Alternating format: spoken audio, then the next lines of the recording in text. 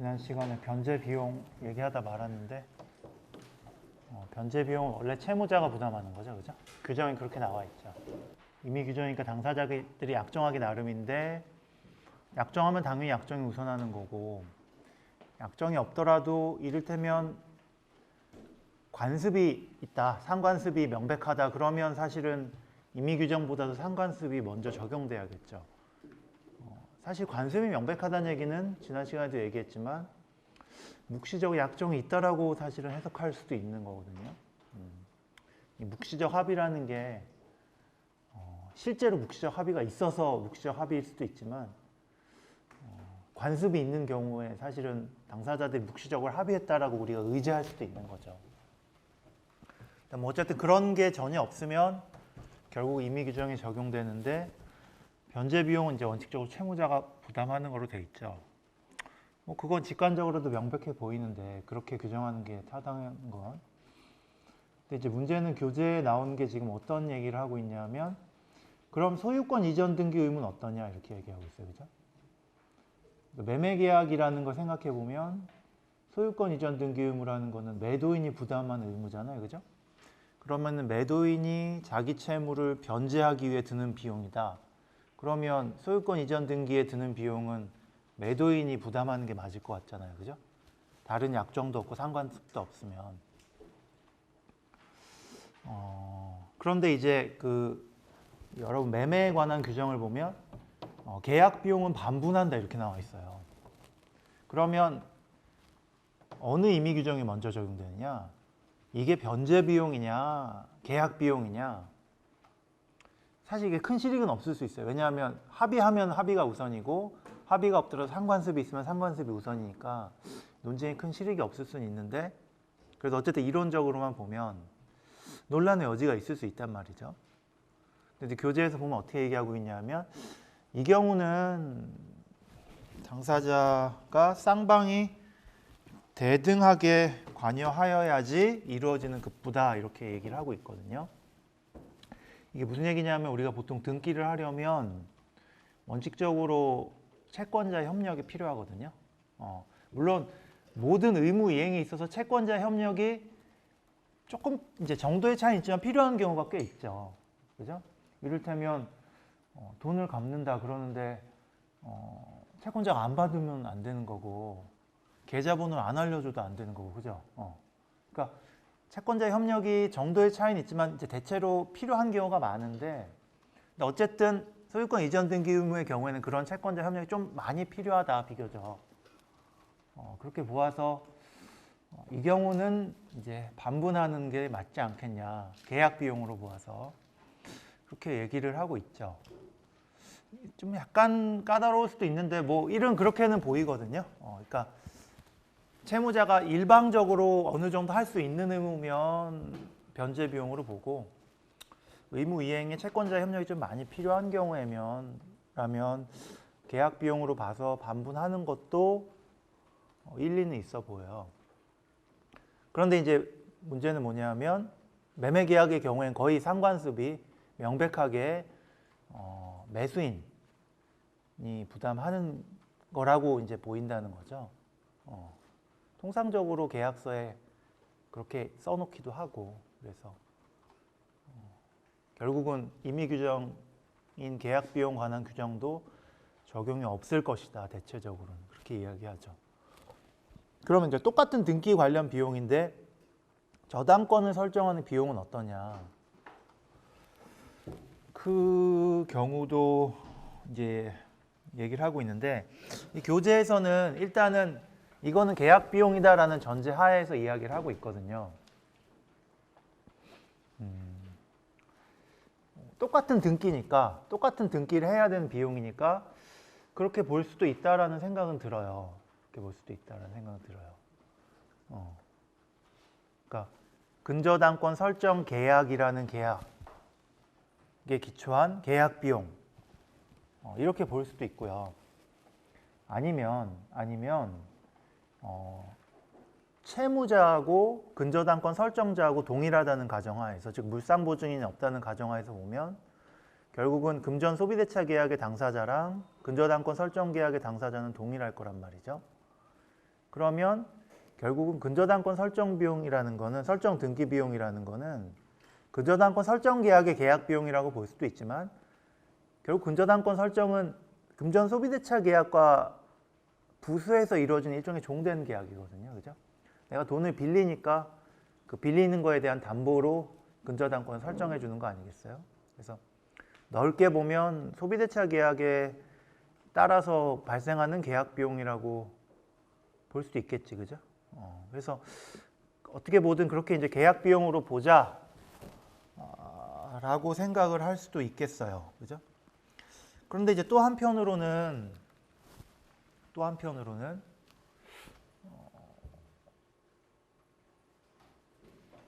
근저당권 아까 이제 내가 최초에 했던 얘기처럼 근저당권 설정 계약에 기초해서 보면 근저당권을 설정해줄 의무라는 거는 결국은 그 채권자에 대해서 채무자가 부담하는 의무인데 그렇다면은 변제 비용으로 봐서 채무자가 부담해야 되는 거 아니냐, 그죠? 좀 아리까리하죠, 그죠? 근데 근저당권 설정 비용에 관한 판례를 보면 다른 특약도 없고 뭐 상관습도 없다고 보면 채무자가 부담해야 된다는 판례가 있어요, 그죠?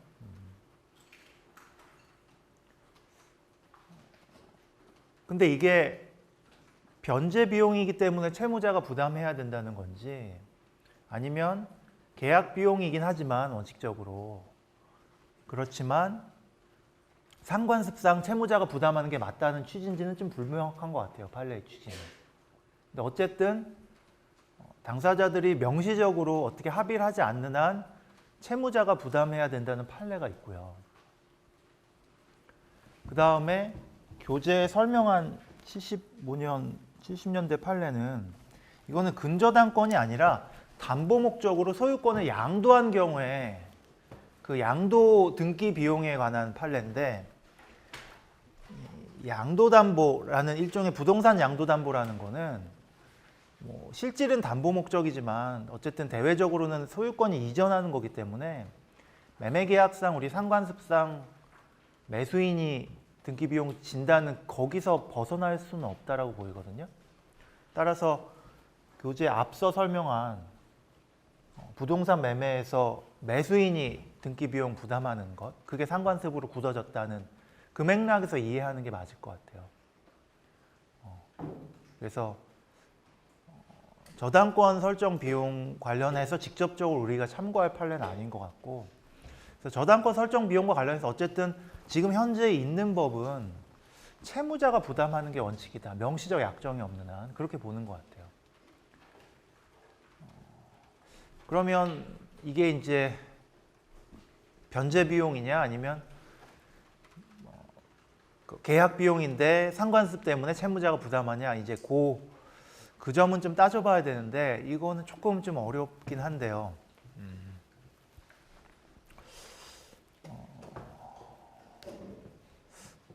개인적으로는 뭐 변제 비용으로 봐도 되지 않나 싶긴 한데, 그죠?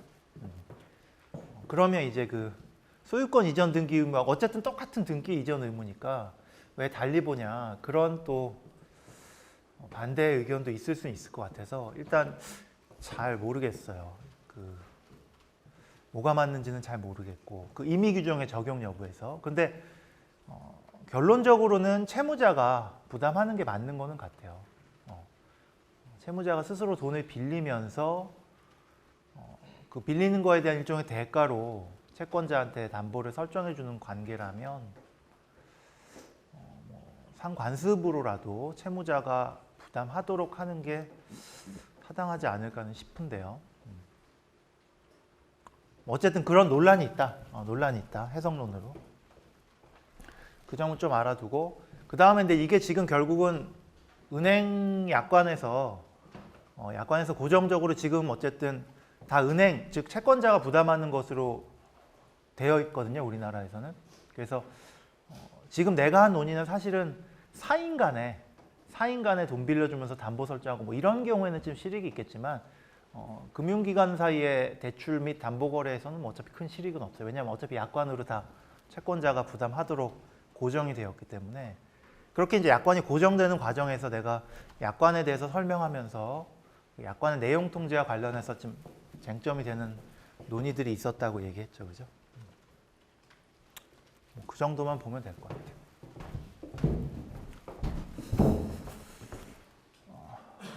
그다음 변제의 제공. 변제 제공도 굉장히 중요하죠. 중요한데 이 채무불이행 책임에서 이행지체 책임하고 이제 주로 연관이 있고, 그 다음에 이제 채권자 지체 이런 거하고도 관련인데, 이런 두 가지 테마는 우리가 후반부에 배울 거기 때문에 거기서 사실은 어떻게 보면 더 본격적으로 다뤄야 될 문제이긴 해요. 근데 일단은 변제라는 우리 민법 조문 파트에서 이 변제 제공에 관한 내용들을 좀 설명하고 있기 때문에 살펴볼 필요가 있어요.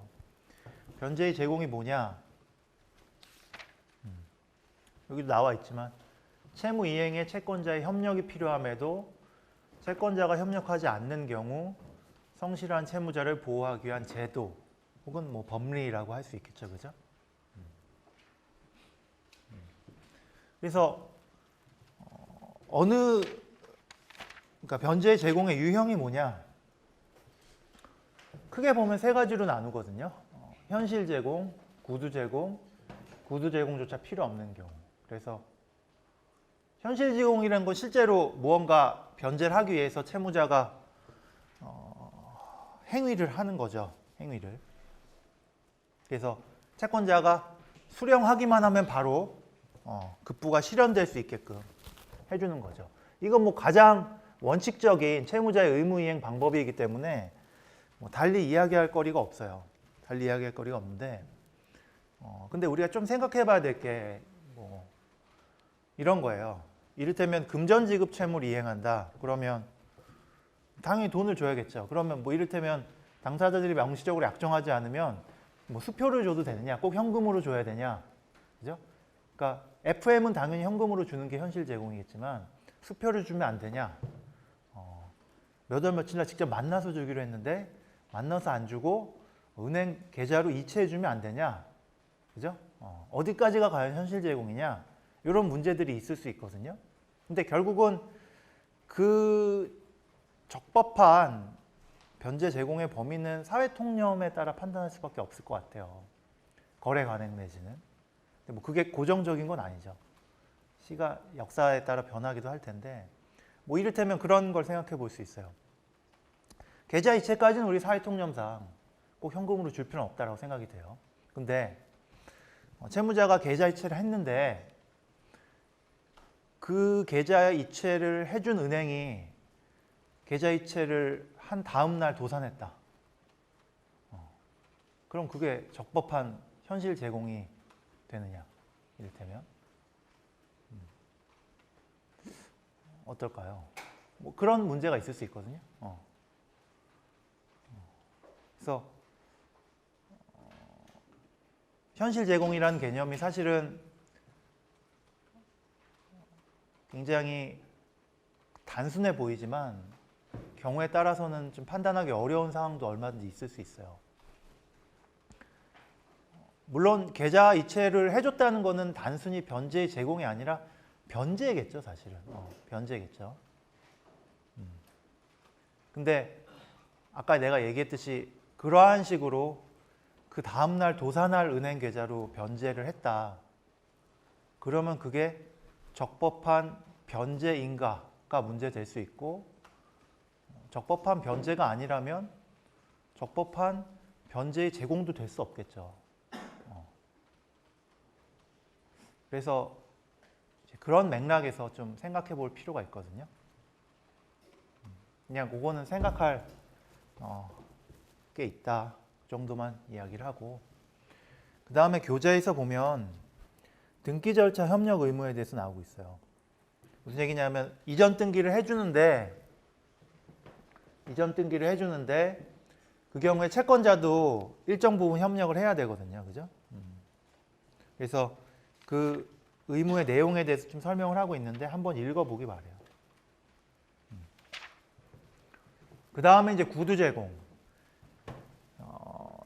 변제 제공 정도가 낮아진다는 거는 그만큼 채권자를 보호할 필요가 좀 떨어진다는 얘기거든요. 그 말은 뭐냐면 채권자가 좀 뭔가 한번 안 받았거나 현실 제공했는데 한번 안 받았거나 변제기 전에도 이미 안 받을 듯한 태도를 취한다거나 뭐 하여튼 그런 보호 필요성이 떨어지는 게 정당화됐을 만한 행동이 있어야겠죠. 그죠? 그런 경우에는 구두 제공으로도 변제 제공이 가능하다는 거죠. 그죠? 그래서 그러면 그 완화된 변제 제공으로서의 구두 제공이라는 게 구체적으로 어떤 거냐? 판례도 나와 있지만 소유권 이전 등기 의무 같은 경우로 예로 들어서 매도인이 한번 의무이행 현실 제공했는데 매수인이 수령을 안 했다. 그러면 매도인이 어떤 정도의 행위를 해야지 적법하게 변제 제공을 한 것이냐 했을 때 이제 판례가 철시하는 내용이 있거든요. 그래서 그 판례 내용을 한번 잘 읽어보기 바래요. 네. 이런 정도면 이게 이제 구두 제공에 준해서 적법하게 변제 제공했다라고 평가할 수 있다라고 판례가 보는 거죠. 그다음 마지막으로 구두 제공조차 필요 없는 경우, 이건 정말 극단적으로 채권자가 보호 필요성이 없는 경우겠죠, 그죠? 그래서 뭐 그런 경우가 있다, 그런 경우를 보면 되고, 중요한 거는 변제 제공의 효과인데, 변제 제공의 효과는 소극적 효과하고 적극적 효과를 좀 나눠서 살펴볼 필요가 있어요. 무슨 얘기냐면 일단은 채무자가 변제 제공을 하면 그것으로서 이행지체 책임은 면한다는 거죠. 그죠? 이행지체 책임만 면하는 거예요. 채무불이행 책임에 여러 가지 유형이 있는데 뭐 이행불능이라든지 아니면 뭐 기타 뭐 있을 수 있는데 이행지체 책임만 면하는 거예요. 그죠? 이게 이제 소극적 효과죠. 근데 이제 적극적으로는 내 채무를 내가 변제 제공했기 때문에 그 채무의 이행지체 책임은 안 진다. 이런 의미를 넘어서 반대 채무가 있는 경우에는 이제는 내가 반대 채무의 이행지체 책임을 물을 수 있다. 변제 제공을 한 사람이. 그죠? 더 나아가서 채권자가 내가 이행 제공한 채무를 수령하지 않았기 때문에 채권자의 수령지체를 이유로 해서 우리 법이 일정한 효과를 인정하고 있거든요. 이게 이른바 채권자 지체의 문제인데 그에 따라서 여러 가지로 채권자한테 불이익을 그리고 상대적으로 채무자한테 이익을 줄 수 있죠. 이 두 가지가 이제 적극적 효과예요. 그래서 상대방 채무의 이행지체 책임을 물을 수 있다. 이 부분에 대해서는 우리가 동시행 항변권에도 살펴봤지만 이행지체 책임을 물으려면 채무자가 일시적 제공으로 족하냐 계속적 제공으로 족하냐에 대해서 학설과 판례가 좀 대립한다고 그랬죠. 그죠? 그 얘기를 좀 살펴보면 되고 그 다음에 수령지체에 관해서는 이거는 이제 채권자 지체의 요건 내지 효과에 관한 논의를 좀 살펴봐야 되는데 이건 뒷부분에 나오거든요. 우리 채무불이행 책임. 그래서 그때 살펴보도록 하죠. 근데 한 가지 언급하고 싶은 거는 변제 제공의 효과에서 소극적 효과하고 적극적 효과는 이게 좀 이제 효과가 다르기 때문에 소극적 효과를 소극적 효과를 달성할 수 있는 변제 제공 요건하고 적극적 효과를 달성할 수 있는 변제 제공 요건이 좀 다를 수가 있거든요. 그래서 이를테면 구두 제공조차 필요 없는 경우에 변제 제공이 적법하다. 그런 경우에 소극적 효과로서 이행지체 책임을 면할 수는 있지만 그렇다고 구두 제공조차 안 했기 때문에 반드시 적극적 효과로서 두 번째, 세 번째까지도 다 이제 주장할 수 있느냐? 그거는 조금 생각해 볼 필요가 있다는 거예요. 그래서 거기 판례도 적어놨지만 채권자 지체와 관련된 법적 효과를 묻는 국면에서 판례가 그렇게 좀 차별 취급하는 게 타당할 수 있다 이런 얘기를 하거든요. 그래서 그런 점에 좀 주목해서 변제 제공의 효과를 보면 될 것 같아요. 2007-7901상 굉장히 중요한 판례인데 이거는 사실은 우리가 위험부담 내지는 채권자 지체 이런 거를 좀 공부해야 알 수 있는 거기 때문에 지금은 그냥 간략히 요지 정도만 보면 되겠어요. 변제에 관해서 사실 뭐 그 밖에 굉장히 다양한 얘기를 할 수 있는데 그 다음 교재에 나온 게 변제 충당의 문제죠. 변제 충당은 실무상 굉장히 중요한 쟁점이긴 한데 지금은 여러분이 배우기에는 조금 테크니컬한 부분이 있어요. 그래서 간단히 보면 될 것 같아요.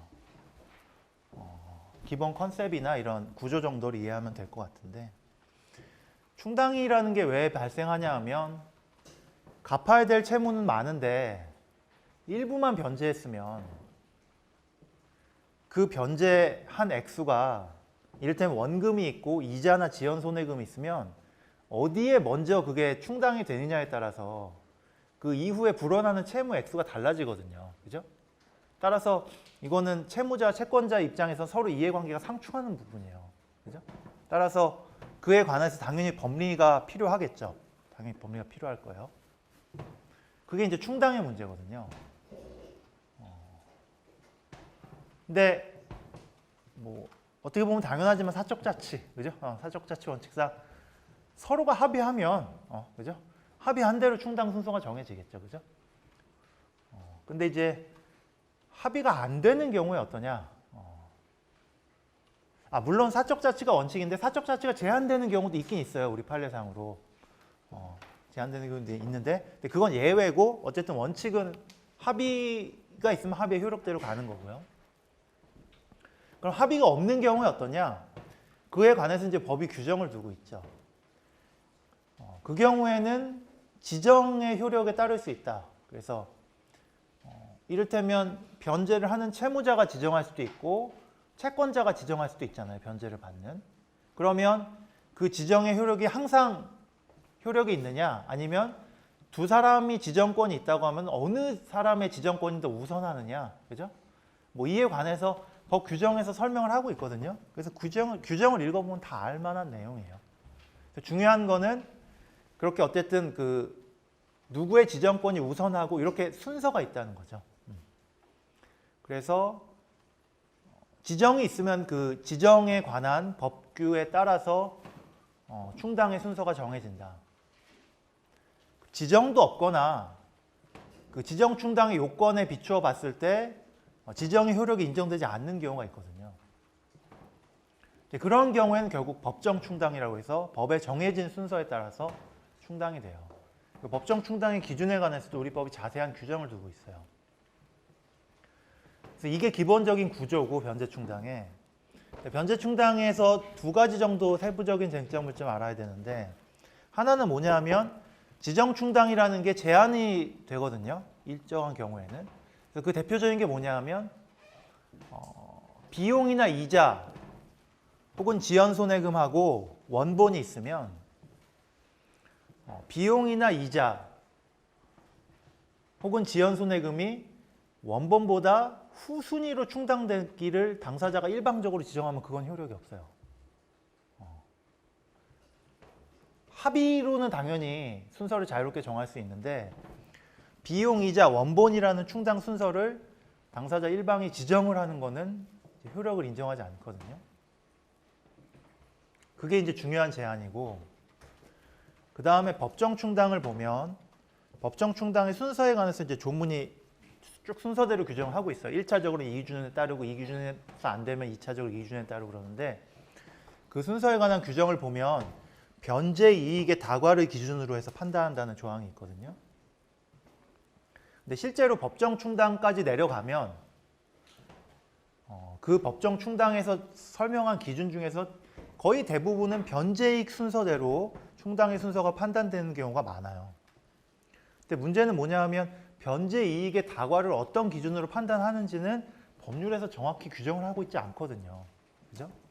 따라서 무엇이 변제이익이 더 많고 적은 것이냐 아니면 이 경우에는 변제이익의 차이가 없는 것이냐 이런 문제는 결국 판례 법리로 해결할 수밖에 없는데 이 판례들은 다 중요한 의미를 갖고 있어요.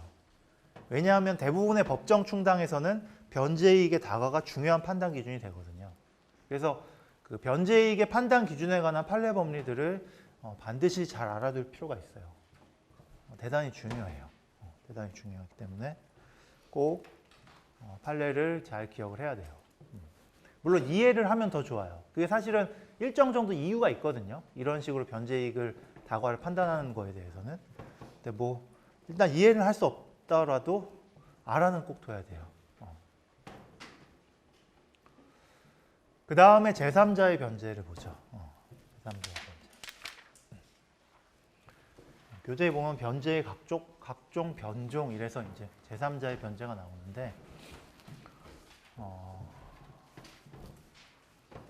채무자가 아닌 다른 사람도 변제할 수 있느냐 하면 원칙적으로는 되고 우리 법조문을 보면 다만 예외적으로 이해관계가 없는 제3자는 채무자의 의사에 반하여 변제하지는 못한다 이렇게 하고 있죠. 그러니까 허용함이 원칙이라는 거예요, 그죠? 허용함이 원칙이에요. 남의 내 빚을 갚아준다는데 굳이 말릴 이유는 없지 않을까요, 그죠? 땡큐잖아요, 그죠? 그렇게 생각할 수도 있는 거고 뭐 그래서 직관적으로는 너무 명백한 얘기인데 허용되지 않는 경우에서 크게 세 가지로 유형을 나눠서 설명을 하고 있는데 뭐 첫 번째, 두 번째는 그냥 한번 보고 세 번째를 보면 이해관계 없는 제3자는 채무자 의사에 반하여 변제하지 못한다 이런 규정이 있죠, 그죠? 그래서 이렇게 허용되지 않는 경우에는 뭐 기본적으로는 아무리 변제를 했다 해도 변제가 효력이 없겠죠, 그죠? 따라서 여전히 채권자는 채권을 갖고 있는 거고 채무자는 채무를 부담하고 있는 걸 텐데 이해관계 없는 제3자에서 가는 이해관계가 없다는 게 무슨 얘기냐? 사실 이 개념이 그렇게 명백한 개념은 아니거든요. 명백한 개념은 아니라서 결국은 이해관계 있는 제3자를 우리가 잘 기억을 해두면 좋은 것 같아요. 그래서 교재에서 보면 이해관계에 있는 제3자의 유형을 좀 설명하고 있죠, 그죠?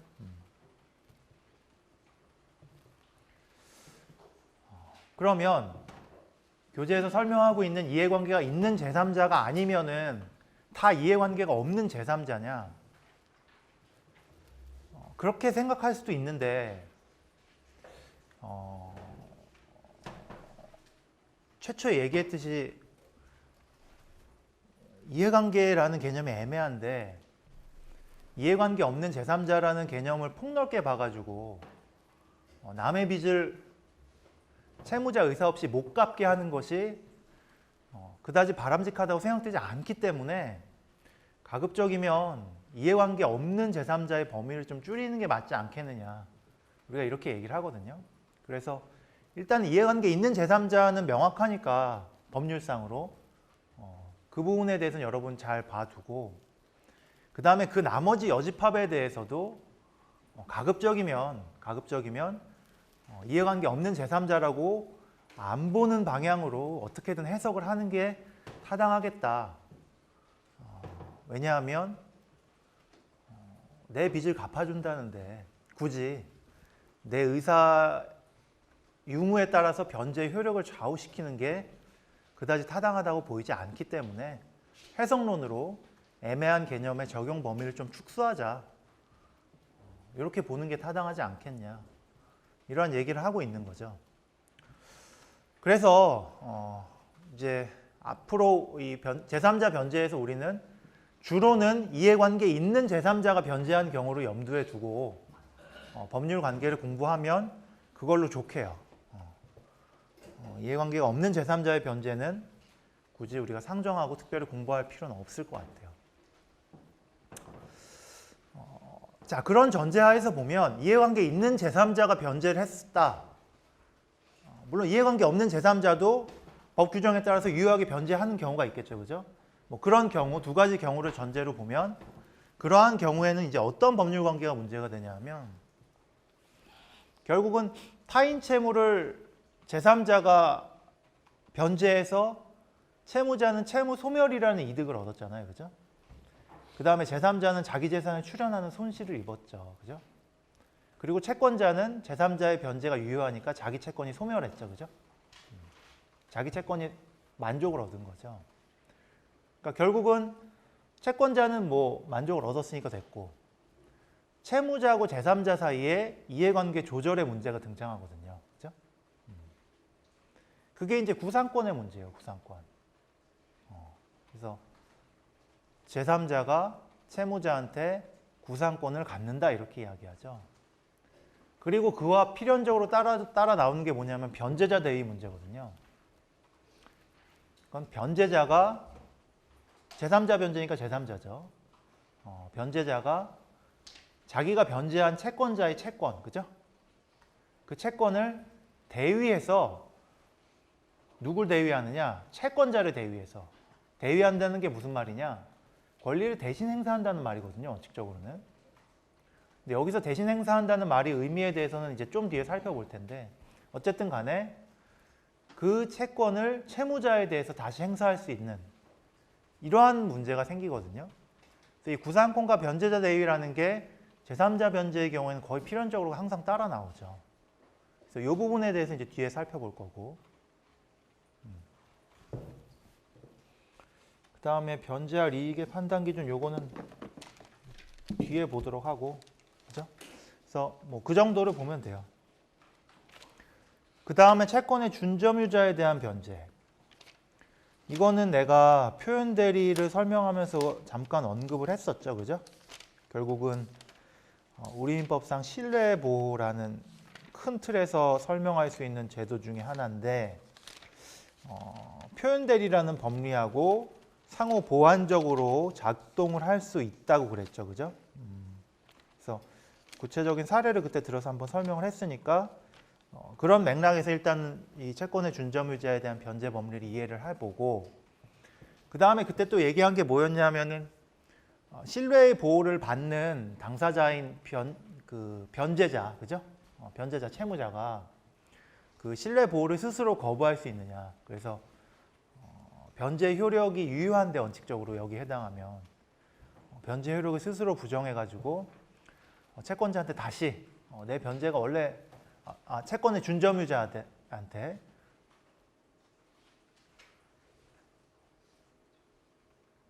잠깐만 어떻게 되냐. 그렇죠. 채권의 준점유자한테 내가 변제한 것을 부당이득 왜냐하면 법률상 원인이 없는 거잖아요. 변제 효력이 유효하지 않으면 반환을 청구할 수 있느냐 스스로가. 그러니까 변제 효력이 유효하지 않으니까 채권을 소멸하지 않은 거고, 그죠? 그런 논의를 할 수 있다고 그랬었죠, 그죠? 근데 표현 대리에서 이제 무권 대리, 표현 대리 비슷한 문제가 있었는데 거기서는 대체적으로 135조 적용 안 하는 게 어떻겠냐 이런 얘기를 했었죠, 그죠? 채권의 준점유자에 대한 변제 국면에서도 뭐 이론의 여지가 없진 않지만 굳이 그런 선택권을 줄 필요가 있느냐라는 생각은 좀 들거든요. 굳이 선택권을 줄 필요가 있느냐. 그래서 이 법률 요건이 만족이 되면 변제의 효과는 확정적으로 발생한다라고 보는 게 어떤가는 싶어요. 뭐 이거 약간 논란은 있을 것 같은데 어쨌든 표현 대리에서 135조 그 적용 유무와 관련된 맥락하고 한번 같이 생각을 해보고요. 그죠? 그 다음에 구체적인 해석론과 관련해서는 채권의 준점유자라는 게 과연 무슨 의미냐, 어느 경우가 구체적으로 채권의 준점유자냐, 이에 관해서는 판례가 좀 있거든요. 그래서 그 판례들을 한번 살펴보기 바랍니다. 뭐 그 정도 보면 되지 않을까 싶은데.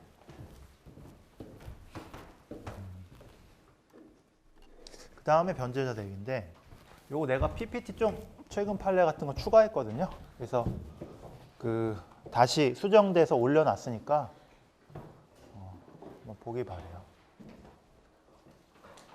최근에 판례 많이 나왔더라고요. 그 변제자 대위는 아까도 얘기했지만 기본적으로 제3자가 변제한 경우에 문제가 되는 거죠. 그죠? 제3자가 변제한 경우에 그리고 그 제3자 변제가 유효한 경우에, 그죠?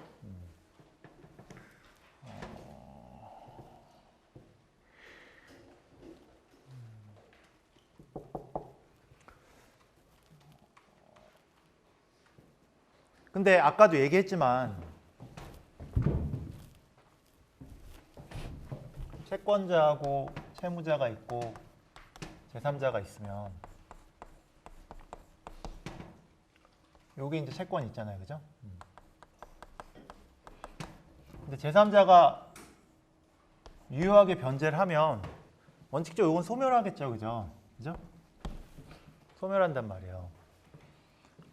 그러면 얘가 얘한테 어떠한 권리를 행사할 수 있느냐? 아까도 얘기했지만 채무자는 자기 채무 소멸이라는 이득을 얻고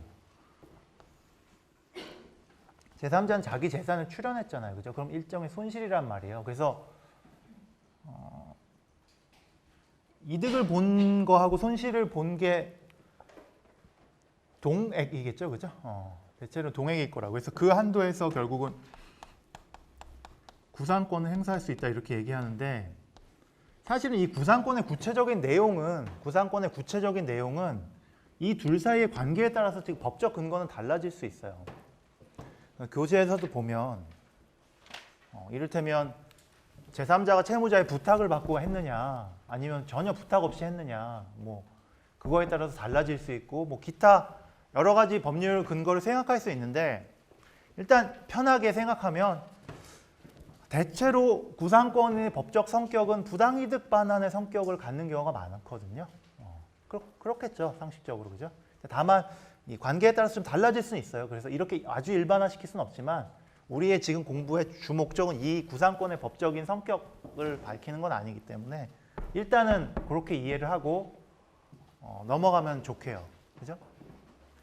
그러면 제3자가 어쨌든 구상권 행사해서 받으면 결국은 이 3자 간의 이익 관계는 공평하게 끝나겠죠. 그죠? 사실 이렇게만 끝내도 돼요. 그런데 이제 우리 법이 무슨 규정을 두고 있냐 하면 482조 1항을 보면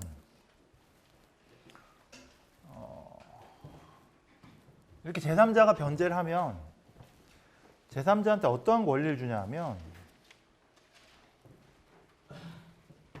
원래 이 채권은 소멸하는 거잖아요, 그죠? 그죠? 유효하게 제3자 변제했으니까 소멸하는 거잖아요. 근데 이 채권을 대신 행사할 수 있다고 그러거든요. 그러니까 뭐냐면 소멸하는 건데 소멸하지 않게 취급을 해서 제3자가 원래는 채권자의 권리였는데 채권자가 갖고 있던 이 채권을 이렇게 해서 대신 행사할 수 있게 하는 거예요. 그죠? 대신 행사할 수 있게 하려면 이게 소멸하면 안 되겠죠, 그죠? 근데 이게 대신 행사할 수 있다는 말이 뭐냐? 우리가 채권자 대위에서 보면 그 대위가 전형적으로 이제 민법에서 대위라는 표현이 쓰이는 국면인데, 변제자 대위에서는 채권자 대위랑 대위의 개념이 좀 다르거든요. 물론 그걸 비슷하게 보자라는 내가 볼 땐 아주 이상하게 그렇게 주장하는 사람도 있는 것 같은데, 그건 그냥 무시해도 될 것 같고 결국 뭐냐면 이 권리가요, 얘한테 이전된다, 이렇게 보는 거예요. 이전되려면 당연히 소멸하면 안 되겠죠, 그죠?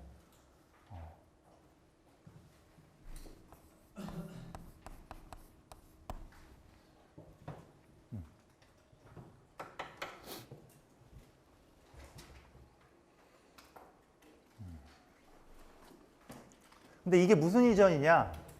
당사자의 의사에 의한 이전 아니거든요, 그죠? 지금 이렇게 되려면 얘가 이전받는 사람, 이전해주는 사람이고 얘가 이전받는 사람이잖아요, 그죠? 그러니까 얘네 둘이 이걸 이전하기로 뭐 채권 양도 계약을 맺고 이런 게 전혀 아니란 말이에요. 법률의 규정에 따라서 이전이 이루어진단 말이에요.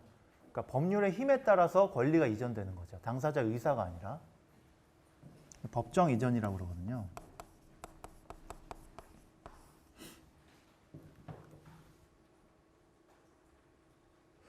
그러면 왜 이런 제도를 마련했느냐? 사실 이런 제도 마련하지 않은 입법도 있어요. 이거 꼭 필연적으로 인정해줘야 되는 건 아니거든요, 이런 제도를. 근데 이런 제도를 인정하는 주된 실익은 사실 채권 자체를 이전받는 실익은 크게 없어요. 왜냐하면 이거 이전받아서 행사하든 구상권을 행사하든 결과적으로 제3자가 받는 액수는, 받아야 할 액수는 결국 이만큼을 받아야 되는 거거든요, 그죠? 그렇다고 이것 따로 받고 이럴 수는 없는 거 아니에요, 그죠? 결국은 구상권만큼을 받으면 이 3자 간의 관계는 깨끗하게 정리가 되는 거예요. 그럼에도 불구하고 왜 변제자 대위 제도를 굳이 인정했냐면 주된 실익은 이 담보에 이전해 있는 것 같아요. 담보 중에는 물론 인적 담보도 있지만 우리가 지금 볼 건 일단 물적 담보. 즉 원래 채권자가 채권 말고 저당권자로서 저당권도 갖고 있었을 수도 있단 말이에요. 그죠? 그럼 이 채권은 우선 변제권이 확보된 채권이죠. 그죠? 따라서 제3자가 그냥 단순히 구상권만 행사하는 것과는 이건 구상권이란 건 일반 채권자로서 행사하는 거 아니에요. 그죠? 그것과는 달리 이 물적 담보도 뭐예요? 법정 이전된다는 거거든요.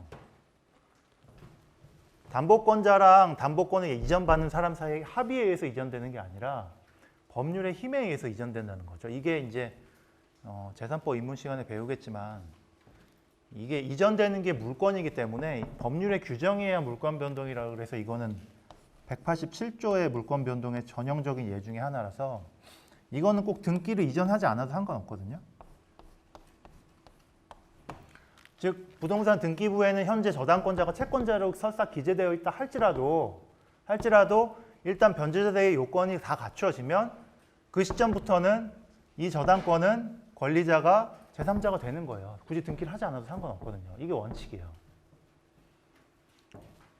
그래서 실제로 제3자가 변제자 대위를 통해서 주된 실익을 얻는 국면은 바로 담보에 이전해 있어요. 담보에 이전해. 그죠?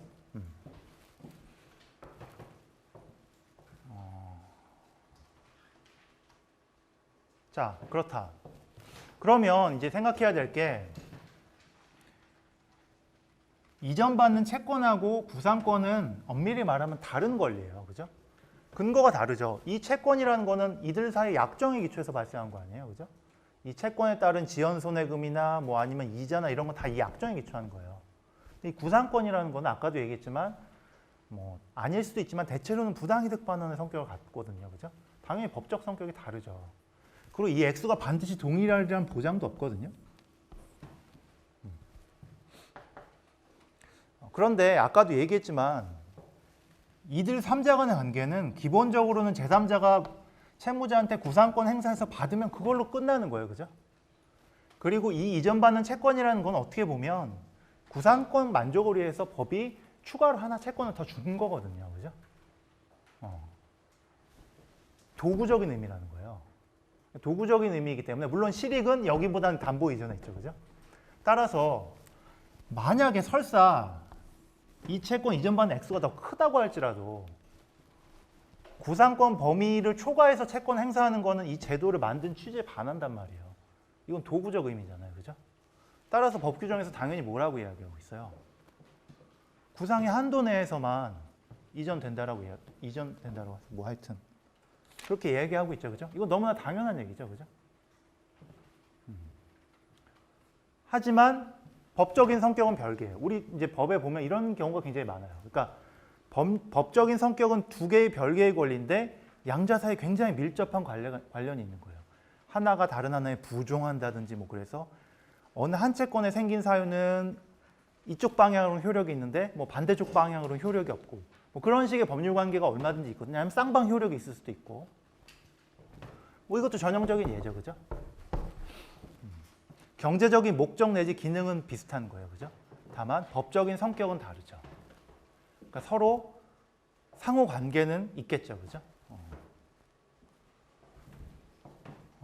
그래서 뭐 그런 얘기를 할 수 있고 자, 그러면 이 구상권이라는 게 도대체 언제 발생하느냐? 내가 아까 얘기했듯이 변제하면 발생하겠죠. 그죠? 근데 꼭 변제한다고 발생하는 게 아니라 이를테면 이 제3자가 물상 보증인일 수도 있거든요. 내 소유 재산 위에 타인 채무를 담보하기 위해서 재산 저당권을 설정해주면 나는 채무 없는 책임을 부담하는 사람이죠. 그죠? 그러면 내 소유 부동산이 경매로서 매각이 돼가지고 그 매각 대금에서 채권자의 채권이 변제를 받으면 이것도 역시 소멸하겠죠. 그죠? 원칙적으로는. 원칙적으로는 그렇잖아요. 변제를 받으면. 그럼 이런 식으로 제3자가 직접 변제하지 않고 제3자가 제공한 담보권이 실현돼 가지고 채권 만족이 이루어진 경우도 당연히 변제자 대위의 요건이 충족이 되겠죠, 그죠? 따라서 그런 경우 당연히 물상보증인이 구상권을 갖겠죠.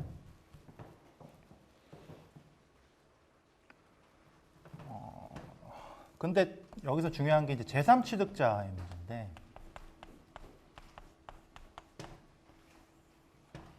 물상보증인이 자기 소유 재산의 저당권을 설정해 준 상태에서 그 부동산을 다른 사람한테 팔았어요. 그게 우리가 전형적으로 제3취득자라고 그러거든요. 제3취득자는 법률상의 근거가 있는 개념이에요. 우리 민법에 보면 364조를 보면 제3취득자라는 말을 명확히 쓰고 있고, 제3취득자가 무엇을 말하는가에 대해서 법이 규정을 하고 있어요. 그죠? 근데 우리가 여기서 볼 제3취득자는 그 법에서 규정된 제3취득자 중에서 소유권을 이전받은 사람만 전제하고 얘기할 거예요. 소유권을 이전받은 사람만. 자, 그러면 제3취득자가 소유권을 이전받은 상태에서, 근데 지금 그 부동산에는 채권자의 저당권이 설정되어 있죠. 근데 그 저당권이 담보권이 실행돼 가지고 그 담보권 실행을 통해서 이 채권이 1차적으로 소멸되는, 물론 이게 변제자 대위되면 나중에 또 대위에서 행사할 수는 있다, 그건 논외로 치고, 그런 결론에 이르게 되는 경우에 그런 구상권은 누가 갖느냐는 거예요. 제3취득자도 자기가 직접 근저당권 설정 계약의 당사자가 돼서 근저당권 설정해 준 사람은 아니지만, 종국적인 지위에서 보면은 결국은 채무 없는 책임을 부담하는 사람이니까 제2의 물상보증인으로 볼 수도 있거든요. 그죠? 그래서 제3취득자가 구상권을 누구한테? 채무자한테 행사 취득하고, 그 다음에 이제 그 범위 내에서 역시 변제하고, 이렇게 뭐 볼 수 있어요.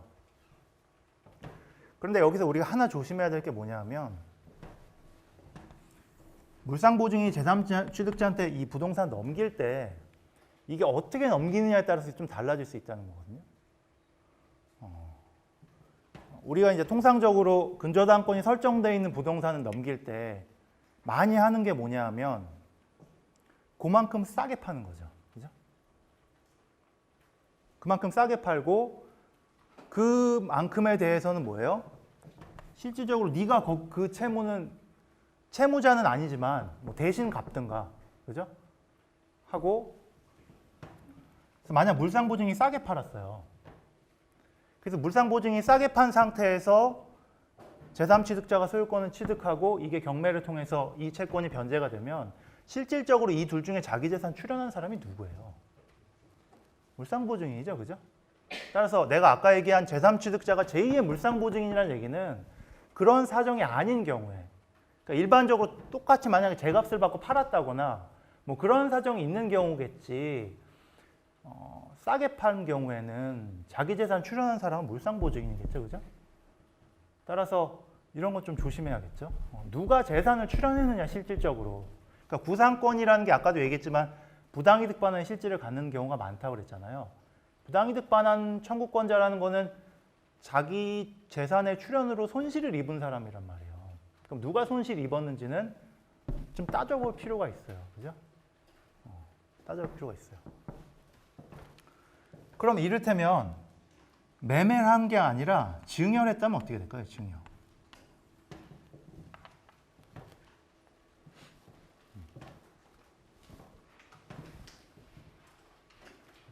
물상보증인이 원래 자기 소유 재산이었는데 거기다가 일정 부분 내가 책임을 부담하겠다는 취지에서 근저당권 설정해 줬어요.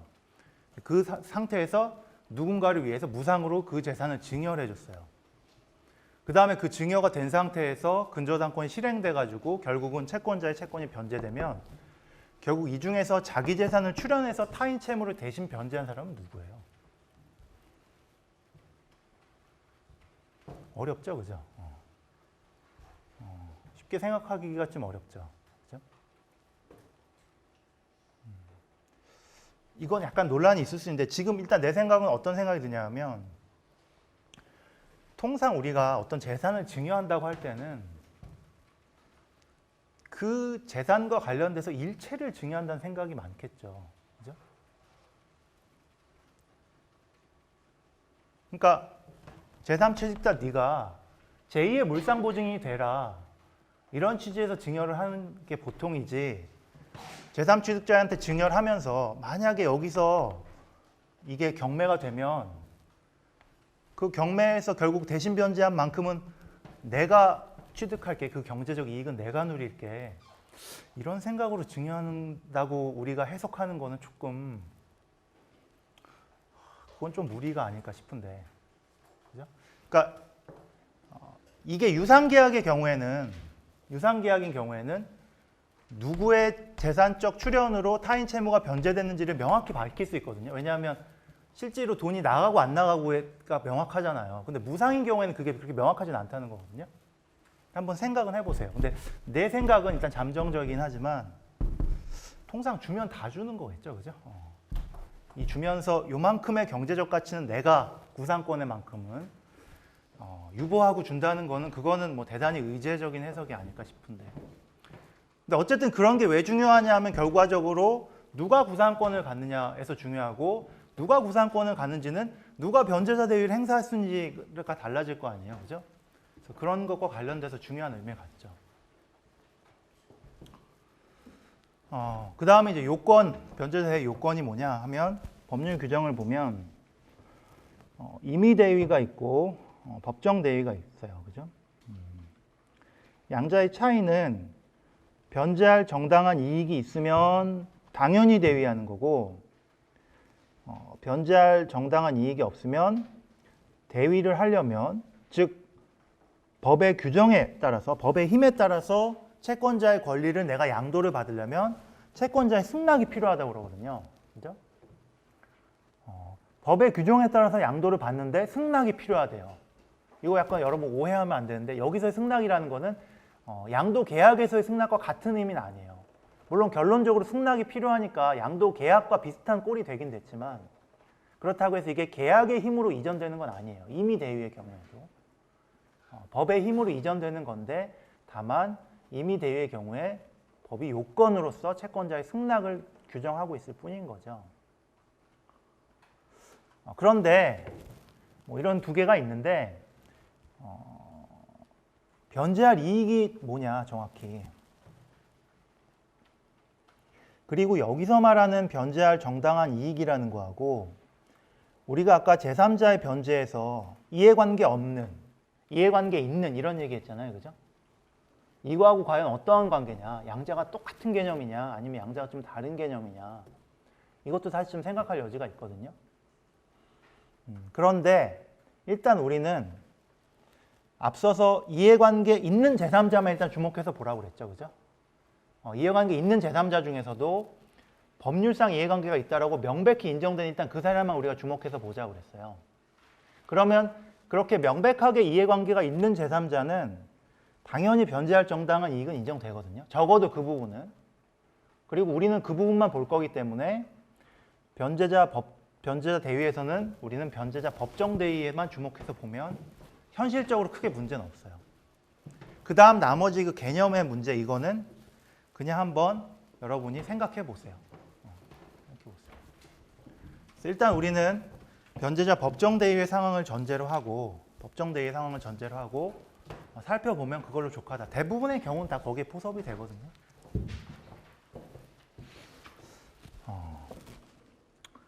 자, 일단은 그렇게 보고 그 다음에 이제 마지막으로 중요한 게 변제자 대위에서 변제자 대위 효과 부분이에요. 효과. 여기가 이제 대단히 어려운데 나도 볼 때마다 새롭고 내가 과연 설명을 하면서도 이거 내가 알고 설명을 하는 건지 모르고 설명하는 건지 사실 나도 잘 모르겠는데 근데 이제 좀 알 듯도 하고 강의하고 나서 이제 보면 또 까먹고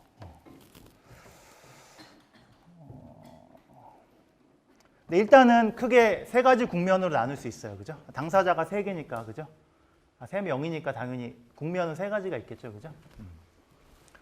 그래서 첫 번째 국면은 뭐냐면 대위자하고 채무자 사이.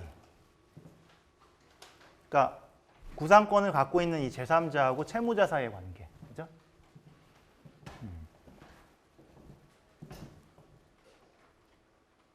아까도 얘기했지만 채권을 그냥 법정 이전받는 거니까 행사할 수 있는 거예요. 그죠?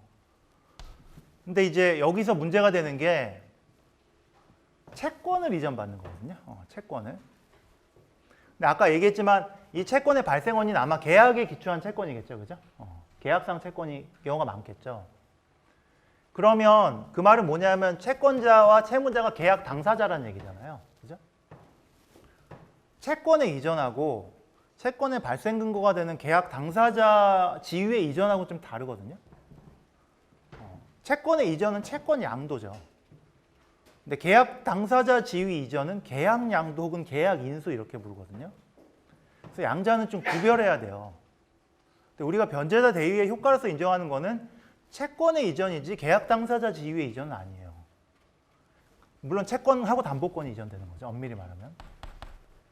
따라서 계약 당사자로서 채권자가 갖고 있었던 권리, 대표적인 게 이제 계약의 취소 해제권 이런 거거든요.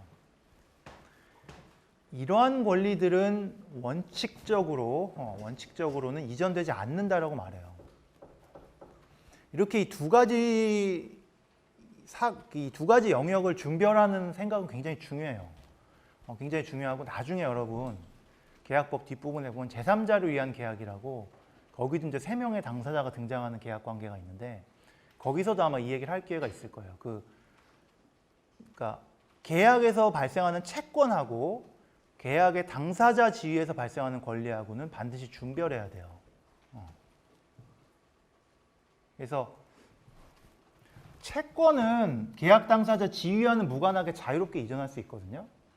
근데 이를테면 아까 내가 얘기했던 그 취소권, 해제권 이런 거 있잖아요. 그런 권리는 계약 당사자 지위하고는 분리해서 그걸 별도로 이전할 수 있느냐? 그건 훨씬 조심스러워요. 그러니까 채권자가 계약 당사자 지위는 여전히 유지하면서 그 계약 당사자로서 갖고 있는 취소권이나 해제권은 다른 사람한테 양도한다. 그런 게 가능하냐? 그건 좀 약간 조심스럽거든요. 그래서 그런 이제 사고들을 잘 할 수 있어야 돼요. 그 다음에 보는 게 이제 일부 대위의 문제인데 일부 대위에서는 법의 규정이 있죠. 483조에. 무슨 얘기냐면 제3자가 다 갚은 게 아니란 얘기예요. 조금만 갚았어요. 그죠? 조금만 갚았으면은 일부만 이전되겠죠. 법정. 그죠?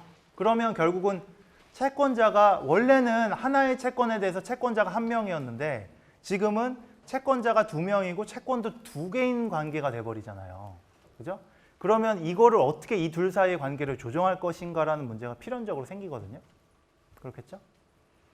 근데 법에서 어떻게 규정을 두고 있냐 하면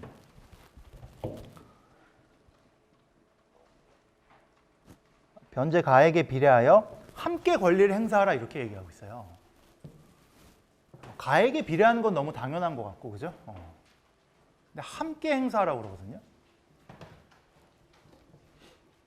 함께 행사라는 말이 무슨 말이냐?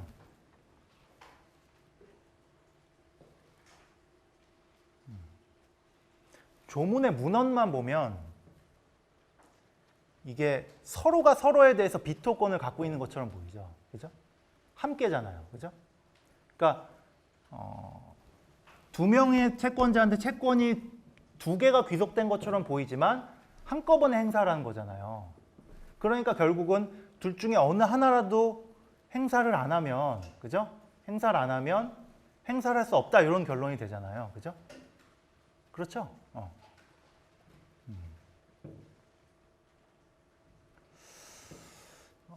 그런데 이 조문의 해석론과 관련해서는 우리가 좀 생각해 봐야 될 게 뭐냐 하면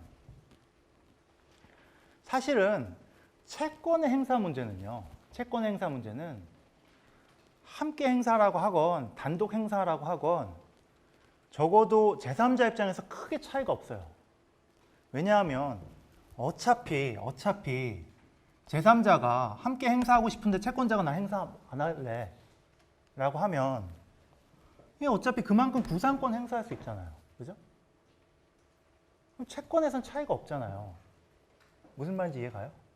똑같은 권리로서 구상권을 행사할 수 있으니까 권리자가 내가 지금은 너랑 같이 행사할 생각이 없어. 그래서 채권을 공동 행사하지 못한다 할지라도 구상권 행사할 수 있어요. 그죠? 그걸 막을 권리는 없죠. 채권자한테. 그래서 사실은 구체적인 이 채권의 행사와 관련해서 비토권이 있다. 이건 크게 실익이 없어요. 사실은. 근데 이제 여기서 중요한 실익은 뭐냐면 담보의 실현과 관련돼서 이게 의미가 있단 말이에요. 담보의 실현과 관련해서. 근데 문제는 뭐냐면 함께 실현을 했어요. 그러니까 함께 행사를 했어요. 함께 행사를 해가지고 담보권까지 같이 행사를 하면 법률의 규정은 어떻게 돼 있어요? 비례해서니까 이를테면 권리자가 갖고 있는 채권이 100이고 제3자가 이전받은 채권이 50이면 근데 물적 담보를 통해서 우선 변제권을 확보할 수 있는 금액이 150 이상이면 아무 문제가 없죠. 그죠? 그럼 뭐 어떻게 하든 상관이 없어요. 왜냐하면 결국 다 만족하니까. 이를테면 뭐 한 70 정도 된다. 그러면 법률 규정에 따르면 이거를 3분의 2, 3분의 2 이렇게 나눠 가지려는 취지잖아요. 그죠? 가액에 비례하여 행사한다고 그랬으니까.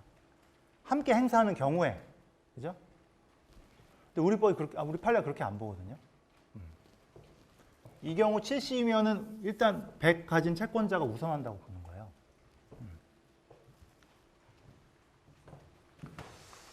그래서 일부 대의의 경우에 기본적으로 채권자가 우선한다고 보죠. 이거를 이제 왜 이렇게 봐야 되느냐에 대해서는 뭐 논란이 있지만 결과적으로는 이제 이런 태도가 타당하다고 보이는데 변제자 대위는 도구거든요. 도구. 그죠? 도구. 구상권을 확보하기 위한 도구고 애초에 구상권은 물적 담보가 붙은 권리가 아니잖아요. 그죠? 그런데 제3자가 어쨌든 타인 채무를 변제했으니까 채무자 입장에서는 또 그런 사정만으로 인해서 뭐예요? 제3자가 원래 채권자로서만 누렸을 우선 변제권을 아예 그냥 상실시키게 해주는 것도 균형이 안 맞으니까 그 경우에는 제3자한테 우선 변제권 인정해 주는 게 맞지만 즉 이 채권자하고 제3자하고 요들 사이에서의 관계에서만 보면 당연히 우선 변제권이 이전되는 게 균형에 맞죠. 그죠? 그런데 이제 요 안에서 얘네들끼리 권리가 충돌하는 국면을 보면 제3자는 원래 담보권은 없는 구상권만 갖고 있었던 애인데 일부 변제했다는 이유로 해가지고 이게 결국 문제가 된다는 건 채무자의 무자력 위험을 누가 나눠 갖냐 이 얘기거든요. 근데 그 상황에서 채권자가 일방적으로 불리해지는 거 아니겠어요? 그죠? 그건 별로 타당한 해석론이 아닌 것 같아요. 변제자 대위라는 거 어디까지나 구상권을 인정하기 위한 도구고 변제자 대위라는 제도가 애초에 채권자가 누렸을 우선 변제권, 그죠? 우선 변제권이라는 건 결국 채무자의 무자력 위험으로부터 벗어날 그 범위라는 거잖아요. 그죠? 그 범위를 부당하게 축소당하는 그런 결과가 되는 거죠. 제3자가 이 경우에 이렇게 n분의 1로 들어간다고 치면. 그래서 난 지극히 타당한 것 같아요. 이 결론은. 그래서 이 부분과 관련돼서 이제 해석론이 이렇게 전개가 된다. 그 다음에 이제 대위자 상호 간의 관계를 보면 이제 여기가 좀 어렵죠.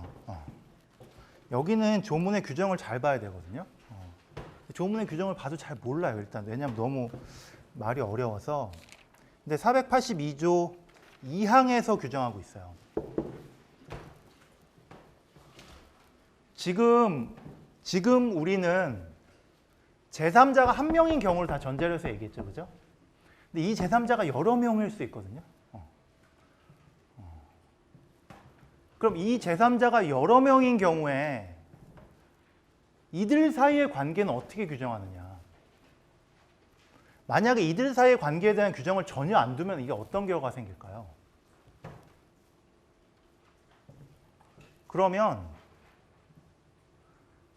이 아까 우리 법정 대위만 본다고 그랬죠. 변제할 정당한 이익이 있어서 구상권을 갖고 뭐 법정 대위를 통해서 할 수 있는 이들이 여러 명이 있으면 그 중에 한 명이 만약에 먼저 해버리잖아요. 먼저 해버리면 그러면 이 나머지 애들에 대해서 역시 이 담보를 대위에서 행사할 수 있거든요. 그러면은 그 나머지 애들에서 행사를 하면 또 나머지 애들 중에 행사를 당한 애들은 역시 또 이제 걔가 위치가 바뀐 거예요. 걔가 이번엔 또 구상권하고 변제 대위를 또 할 수 있어요. 그죠? 이게 끝이 없게 되거든요. 이러면 이거는 그야말로 구상 내지는 변제자 대위가 무한 반복되는 거예요. 이렇게 되면. 그렇죠? 그래서 이걸 조정하려면 규정을 두긴 둬야 돼요. 그죠? 그래서 이제 그 조정의 기준으로 법이 규정을 만들었는데 크게 5가지 조항이 있죠. 그죠? 5가지 조항이 있어요. 일단 1항하고 2항을 먼저 읽어보고 그 다음 나머지를 좀 살펴보면 1항은 뭐라고 얘기하냐면 보증인은 미리 대위에 부기 등기를 안 하면 뭐 이렇게 저렇게 나오지만 결국 제3취득자라는 얘기예요. 제3취득자에 대하여 채권자를 대위하지 못한다 이렇게 나와요. 근데 거꾸로 2항은 제3취득자는 보증인에 대하여 채권자를 대위하지 못한다 이렇게 나오거든요. 이게 무슨 얘기냐면 여기서 말하는 제3취득자라는 거는 채무자 소유 부동산의 제3취득자를 얘기해요. 채무자 소유 부동산의 제3취득자가 있고, 그러니까 지금 문제 상황은 뭐냐면 이게 너무 이렇게 됐네. 채권자가 근저당권을 갖고 있고 채무자 소유 부동산에 대해서 채무자가 있고 보증인이 있는 거예요. 근데 보증인인데 이 채권자 소유의 부동산에 채무자 소유의 부동산에 저당권이 설정되어 있는 부동산을 제3취득자가 이전받는 이런 상황이에요. 그럼 얘네 두 명이 결국은 법정 대위권자가 되거든요. 요 둘 사이의 관계를 어떻게 나눌 것이냐 그 문제인데 얘가 변제하면 얘는 이렇게는 대위할 수 있고 제3취득자가 자기가 변제를 하거나 아니면 제3취득자 부동산이 경매를 통해서 매각된 경우에는 이렇게는 변제할 수 없다고 얘기하거든요. 이렇게는 대위할 수 없다는 거예요. 이렇게는 할 수 있고 이 방향은 가능하고 이 방향은 안 된다는 거죠. 이거는 왜 그러냐 하면 어떤 이제 그 사고의 표현이냐면 채무자 소유 부동산의 제3취득자라는 거는 채무자 소유의 부동산이라는 건 결국 모든 변제자 대위 내지는 구상권이 귀착점이거든요. 결국은 이 복잡한 모든 법률 관계는 채무자가 구상권을 전부 이행하면 끝나는 거예요. 그죠? 그리고 채무자가 구상권을 전부 이행하기 위한 책임 재산이 채무자 소유 재산이잖아요. 그죠? 그러면 채무자 소유의 재산을 이전받은 사람이라는 거는 이 재산이라는 것이 결국은 채무자가 부담하는 이 구상권의 책임 재산으로서 종국적으로는 여기서 만족을 통해서 이 법률 관계가 끝나야겠구나.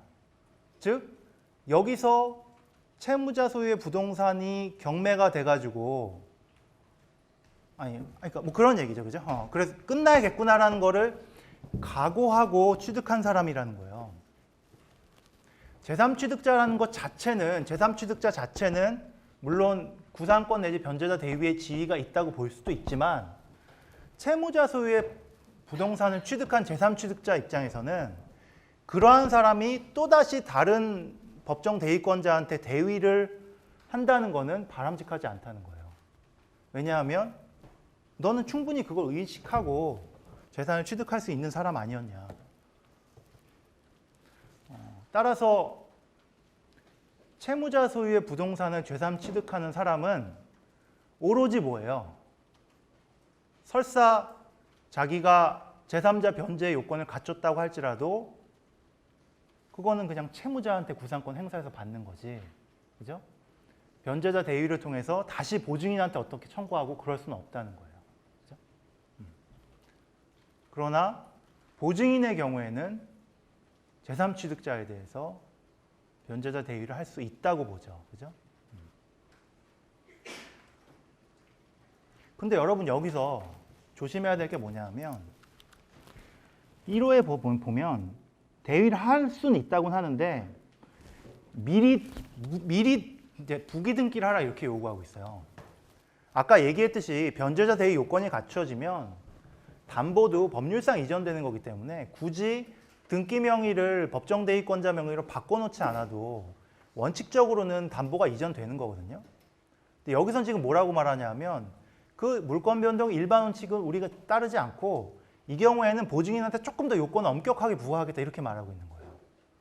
무슨 얘기냐면 일단 채권자가 갖고 있는 저당권이 누군가의 변제에 의해서 소멸되었는데 아직 그게 말소되지 않았다. 그러니까 1차적으로는 소멸된 거죠. 그죠?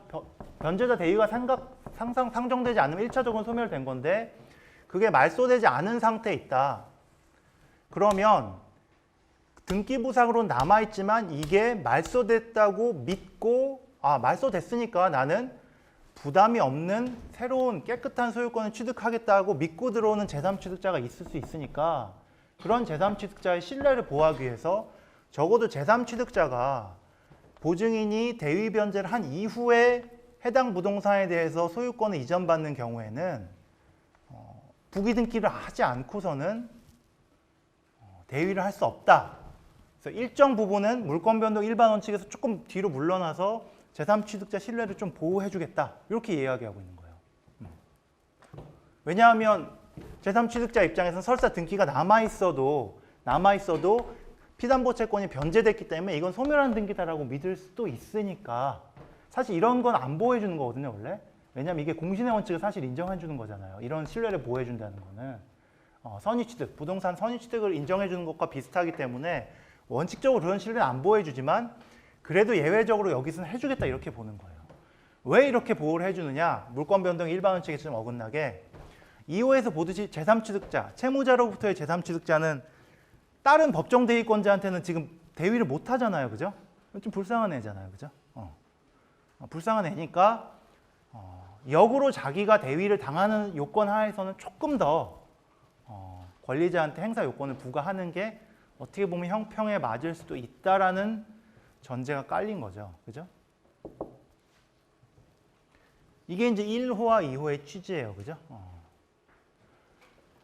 1호에서 부기 등기 요하는 취지가 그렇기 때문에 이를테면은 이 근저당권 등기가 보증인의 대위 변제에 의해서 피담보 채권이 1차적으로 소멸하기 전에 즉 완전 무결하게 변제자 대위가 아예 문제되는 상황이 일어나기도 전에 완전 무결하게 유효한 상태에서 제3취득자가 이해관계 형성한 경우는 대위의 부기 등기를 요구할 수도 없고 해서도 안 되겠죠.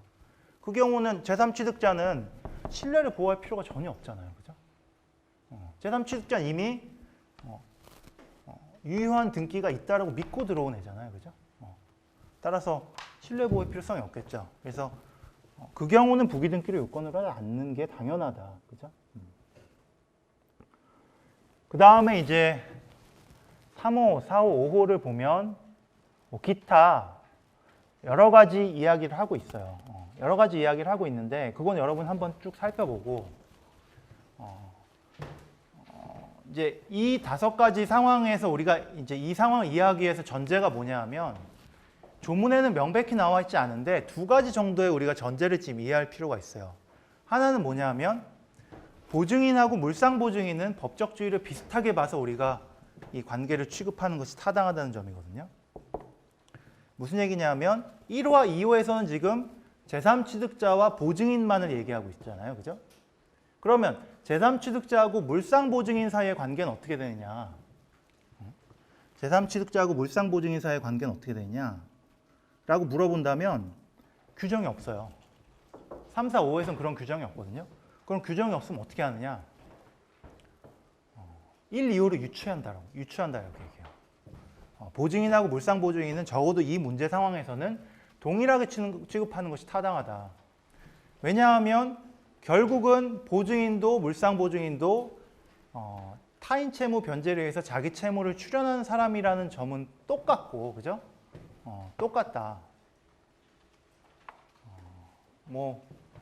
기타 이제 판례, 요 2011-50243 판례를 보면 기타 왜 똑같이 취급하는 게 타당한지에 대해서 얘기를 하고 있어요.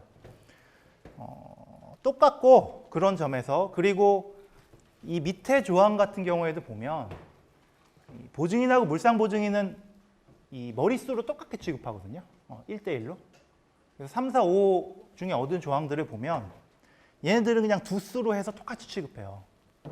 뭐 그런 걸 보더라도 얘네들은 똑같이 취급하는 게 맞다. 따라서 물상보증인과 제3취득자의 관계도 1, 2호를 그대로 따른다. 그죠? 물상보증인이 보증인 대신에 그 조문에 들어갔다고 보고 해석을 하면 되는 거죠. 그 다음에 또 하나 두 번째 명제로서 주목해야 될 게 뭐냐 하면 제3취득자의 법적 지위를 구별해서 살펴볼 필요가 있다는 거예요. 이거는 사실은 이 우리 법조문에서 명백히 얘기하고 있지 않거든요. 명백히 얘기하고 있지 않기 때문에 사실은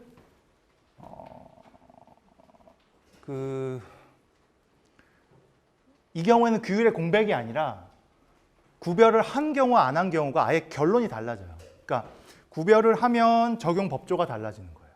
구별 안 한 경우랑 비교했을 때. 규율의 공백은 안 생기거든요. 근데 제3취득자의 법적 지위를 어떻게 구별하느냐?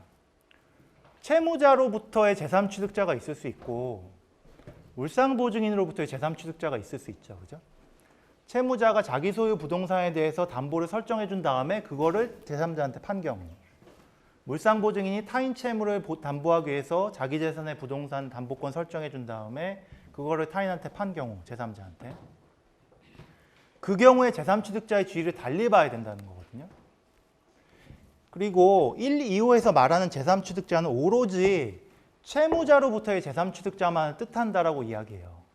왜냐하면 아까도 얘기했듯이 이게 지금 일방향은 되고 일방향은 구상이 안 되도록 법이 규정한 이유가 제3취득자는 궁극적으로 자기가 취득한 재산이 애초에 그 구상을 통해서 결국은 이루어야 될 최종적인 도달점, 그 도달점의 책임 재산이 된다는 걸 알고 취득했기 때문에 그런 사람의 경우에는 얘가 또 다른 대위 변제자한테 법정 대위할 수는 없다는 거거든요. 그런데 채무자 소유의 재산은 당연히 채무자의 구상권을 담보하기 위한 종국적 책임 재산이지만 물상보증인의 소유 재산이라는 거는 전혀 그렇지 않잖아요. 물상보증인은 또 다른 법정 대위권자일 뿐이거든요. 따라서 물상보증인으로부터의 제3취득자는 원칙적으로 1, 2호에서 말하는 제3취득자로 볼 수 없다는 거예요. 그럼 어떻게 보느냐? 물상보증인으로부터의 제3취득자는 물상보증인과 똑같이 보는 게 맞다. 그게 같은 것을 같게라 취급하는 법원칙에 맞다고 보는 거죠. 그런 구별에 대해서 사실은 학설상으로는 되게 옛날부터 얘기가 됐었어요. 그리고 거의 이론의 여지 없이, 물론 뭐 반대하는 사람도 일부 있었겠지만 거의 이론의 여지 없이 그게 맞다고 인정이 됐었는데 판례상으로는 그런 게 뚜렷이 보이지 않다가 이 최근 판례 2011-50233을 보니까 그런 거를 이제 받아들인 것 같아요. 별로 놀랍진 않아요. 왜냐하면 이미 그게 타당하다고 대체로 얘기되어 왔기 때문에. 근데 어쨌든 좀 잘 볼 필요가 있겠죠. 판례가 나왔으니까. 그래서 이러한 전제를 깔고 보면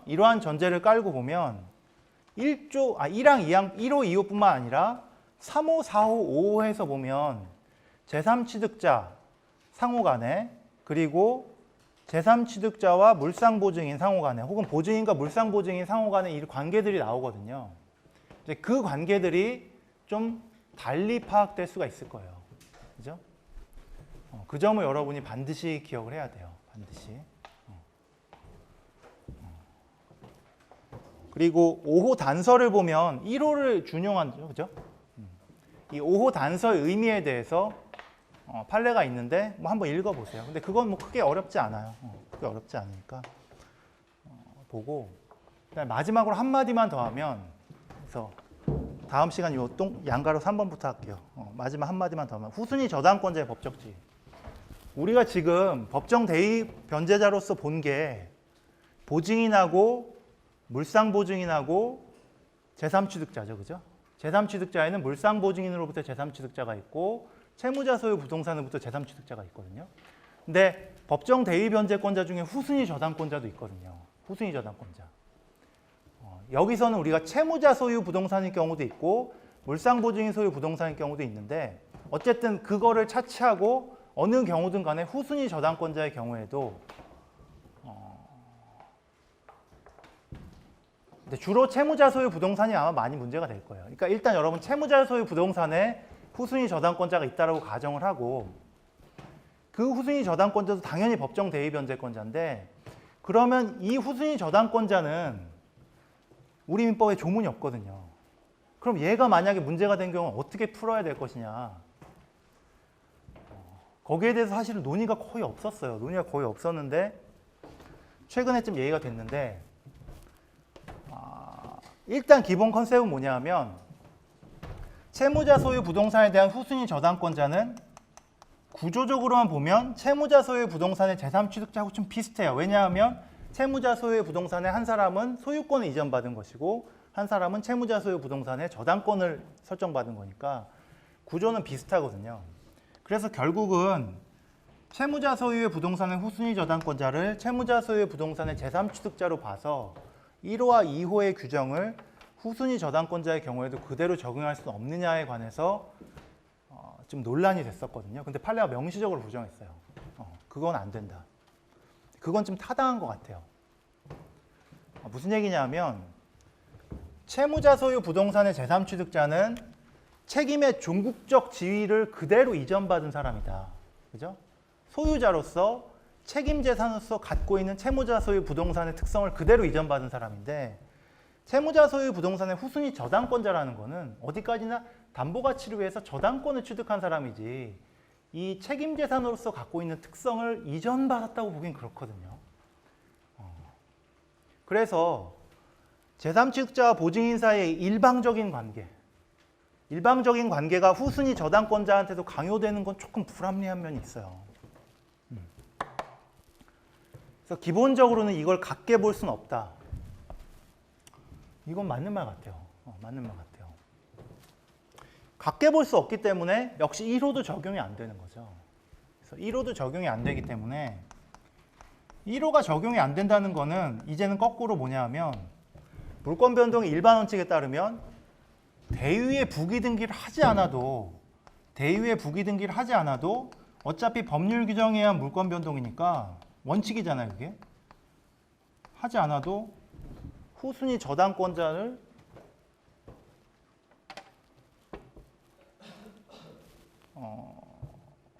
문제가 없는 거예요. 즉 대위의 부기등기를 하지 않더라도 선순위 저당권을 보증인이나 물상보증인이 대위 행사하는 데에는 아무런 문제가 없다. 이렇게 결론이 되거든요. 왜냐하면 1호가 적용되지 않으니까. 거기까지가 2012-4885의 결론이고 이건 타당한 것 같아요. 그 다음에 이 뒤에 하나 더 나오는데 이건 시간이 좀 부족할 것 같아요. 그래서 다음에는 그 판례부터 설명을 하도록 합시다. 오늘은 여기까지 합시다.